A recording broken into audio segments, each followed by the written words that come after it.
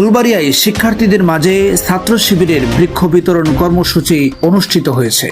পরিবেশ সংরক্ষণ, জলবায়ু পরিবর্তনের বিরূপ প্রভাব মোকাবেলা এবং সবুজ বাংলাদেশ গড়ার প্রত্যয়ে বাংলাদেশ ইসলামী ছাত্র শিবির ভবানীপুর ইউনিয়ন উপশাখার উদ্যোগে শিক্ষার্থীদের মাঝে বৃক্ষ বিতরণ কর্মসূচি অনুষ্ঠিত হয়েছে। কর্মসূচিতে প্রধান অতিথি হিসেবে উপস্থিত ছিলেন বাংলাদেশ ইসলামী ছাত্র শিবির ফুলবাড়িয়া উপজেলা শাখার সম্মানিত সভাপতি এম.এইচ. নাজমুল হাসান। এ সময় ভবানীপুর ইউনিয়ন ছাত্র শিবিরের বিভিন্ন পর্যায়ের দায়িত্বশীল ও কর্মীরা উপস্থিত থেকে শিক্ষার্থীদের হাতে বিভিন্ন প্রজাতির ফলজ, বনজ ও ঔষধি গাছের চারা তুলে দেন। বক্তারা বলেন, বর্তমান সময়ে পরিবেশের ভারসাম্য রক্ষা ও জলবায়ু পরিবর্তনের ক্ষতিকর প্রভাব মোকাবেলায় বেশি বেশি বৃক্ষরোপণের কোনো বিকল্প নেই।